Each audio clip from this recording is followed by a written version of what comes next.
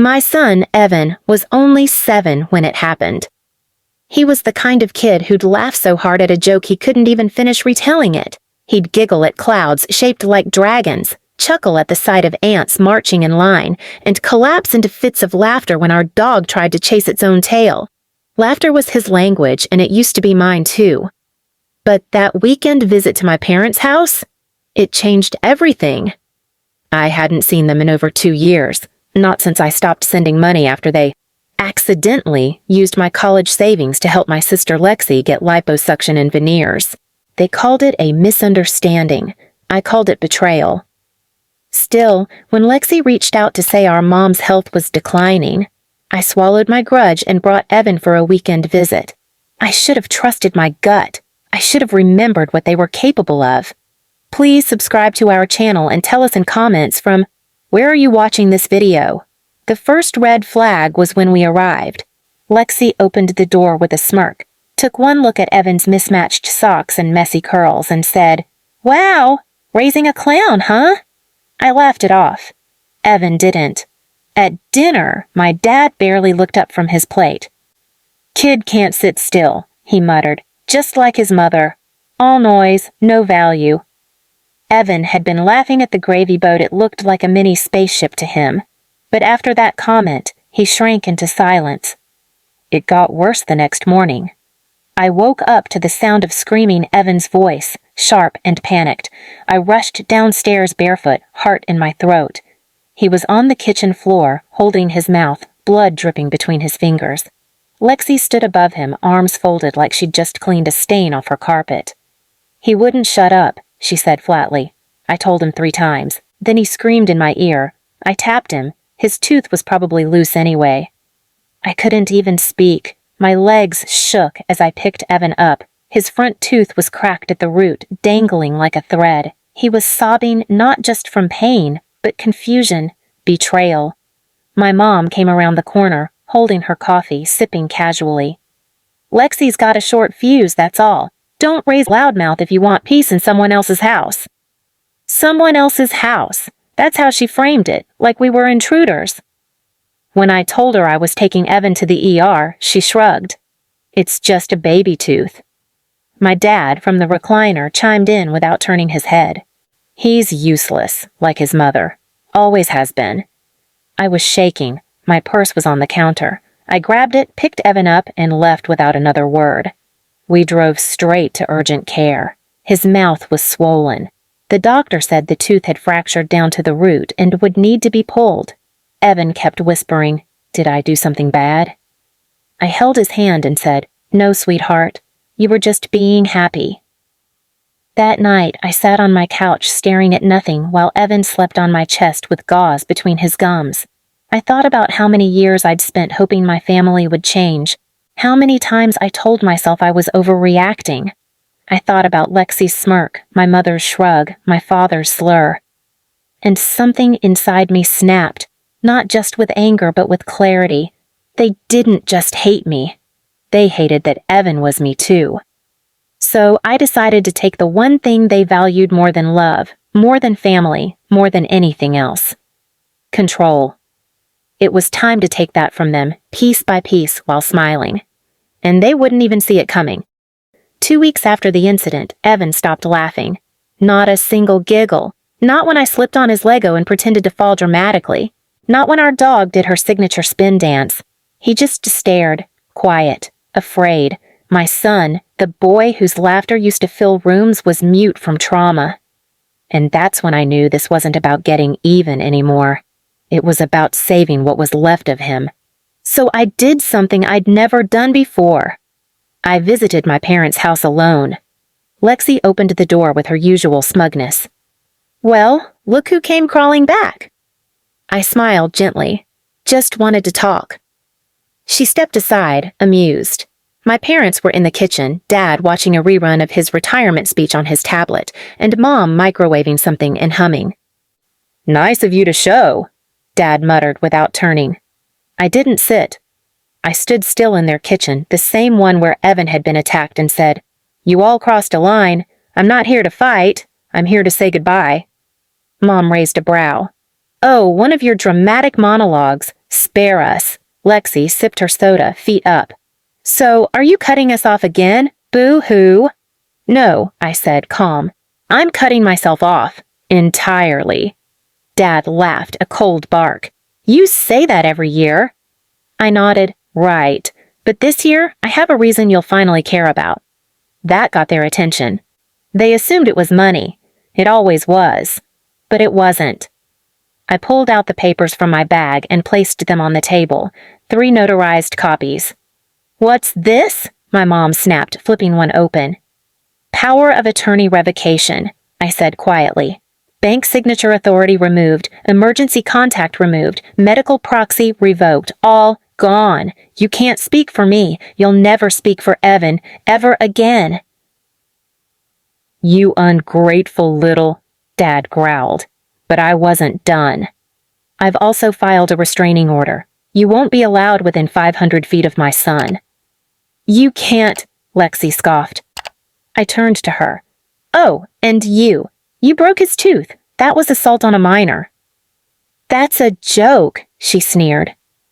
No, the joke is that I didn't press charges. Then I leaned forward and dropped the final envelope on the table. It was addressed to their church. That's a full report, with photos of Evan's injuries, your text messages, audio of you saying he was just visiting, not family. And Lexi, yours, saying he needed to be taught a lesson for being a brat. Mom paled. You wouldn't. I would, and I did. You think anyone will believe you? Dad snarled. We raised you. I finally sat down, dead calm. Exactly, which is why they will. Mom's hands shook, Lexi's eyes darted. And then came the final blow. Please subscribe to our channel and tell us in comments from where are you watching this video. I also made sure to contact every member of your country club board.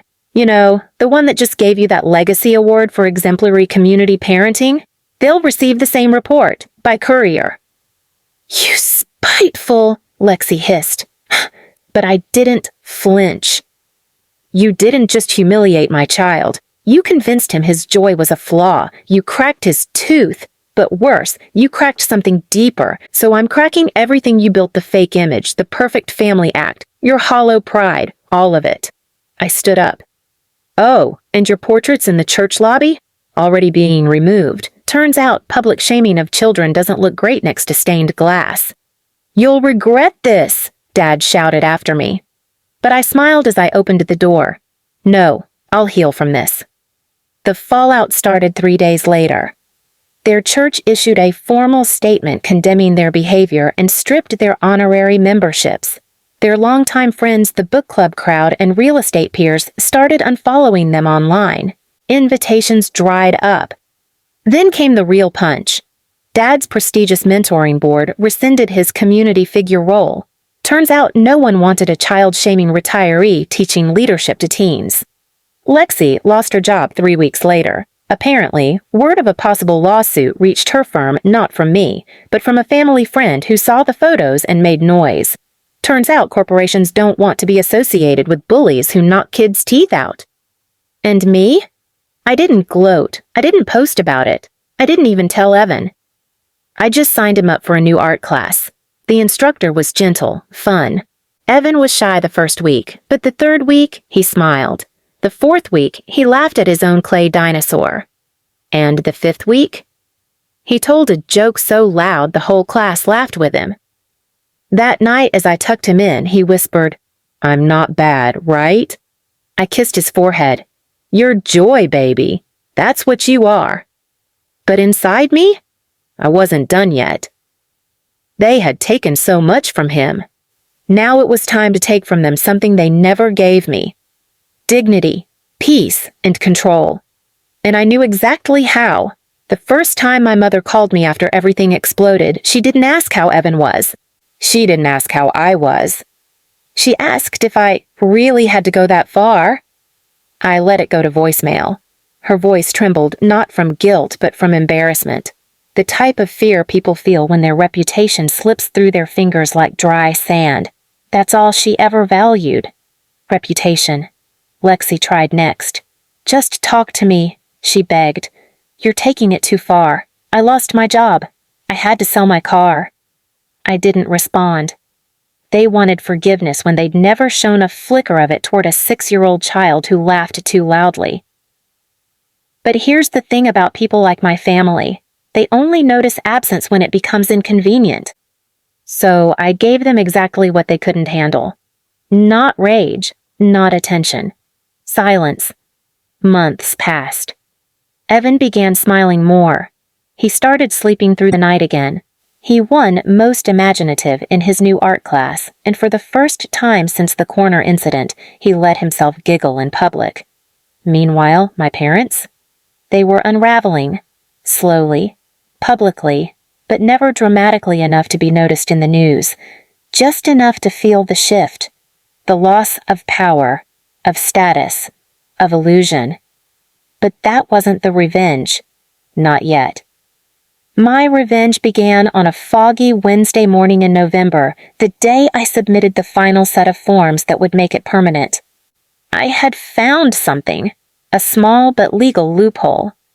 Years ago, my parents had asked me to become executor of their legacy archive. Boxes of photos, family films, newspaper clippings, awards, everything they hoped to one day donate to a local museum collection of notable families.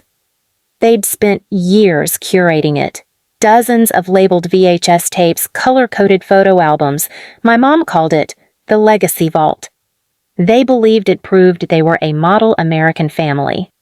They even asked me to digitize it all for preservation. I said yes. And I did. But not the way they expected. See, I digitized everything only to strip out every single reference to Lexi and my parents. Every photo with them, cropped. Every video, muted or cut. Every write-up or article they kept, rewritten in plain captions. What remained? A collection titled The Boy Who Laughed, a visual archive centered around Evan. His joy, his moments, his laughter, all filtered through my lens, my words, my truth. And then I donated that to the same local archive my parents had aimed for under my name as curator. Not as revenge, as correction. The day the exhibit opened quietly, no media, just a public access link and local library listing, I sent them a postcard.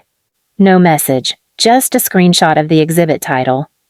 The Boy Who Laughed, a celebration of joy in the face of cruelty. Lexi posted a cryptic meltdown on social media 3 days later. My mother stopped attending her church meetings. My father reportedly cursed out a librarian who casually mentioned the exhibit during a community talk. And me? I took Evan to the exhibit. He didn't know the full backstory. He just saw photos of himself drawing, building sandcastles, sleeping in my arms as a baby. He pointed at one and whispered, "That's when I made the dinosaur." I smiled. He saw his life, not their shame, not their labels, just his joy. And that's when I knew the revenge was complete. I hadn't ruined their names. I hadn't exposed them on television or forced them out of their home. No, I had done something far worse. I erased them from the only legacy they ever cared about. They wanted to be remembered. Instead, they'd vanish in silence while the only name that lived on was the boy they called a leech. The boy they said didn't belong. He belonged. He thrived. And they faded. That night, as Evan fell asleep on my chest, he mumbled something into my sweater. "Thanks for picking me, even if they didn't." Tears filled my eyes. "I always picked you, baby," I whispered. "They just didn't matter enough to say no to." And that was the truth. I didn't destroy them. They destroyed themselves. All I did was write a better ending.